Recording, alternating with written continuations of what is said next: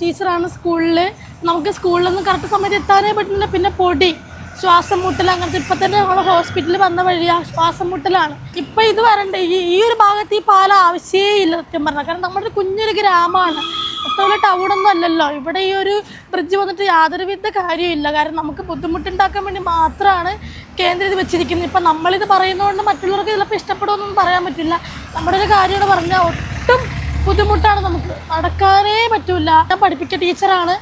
സ്കൂളിൽ പോകുമ്പോൾ ലേറ്റായിട്ട് എത്തും. നമ്മളൊക്കെ തിരിച്ചവിടെ ചെല്ലുമ്പോൾ ചുമ, പൊടിയുടെ ഇത് കാരണം അങ്ങനെ ഭയങ്കര ബുദ്ധിമുട്ടാണ്. ഇപ്പം എനിക്ക് സംസാരിക്കാൻ പോലും പറ്റുന്നില്ല.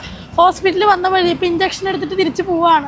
ഇതിൻ്റെ ഈ കെമിക്കൽ സാധനങ്ങൾ നമ്മുടെ ഡ്രസ്സുകളിലും അതിലൊക്കെ മേളിൽ നിന്ന് വീഴുമ്പോൾ അതിലൊക്കെ പറ്റിപ്പിടിച്ചിട്ട് അങ്ങനെയും കുറേ ബുദ്ധിമുട്ടുകളുണ്ട്. ശരിക്കും ഈ അപകടം തന്നെ നമുക്ക് ഭയങ്കര ഒരു ഇതായിപ്പോയി.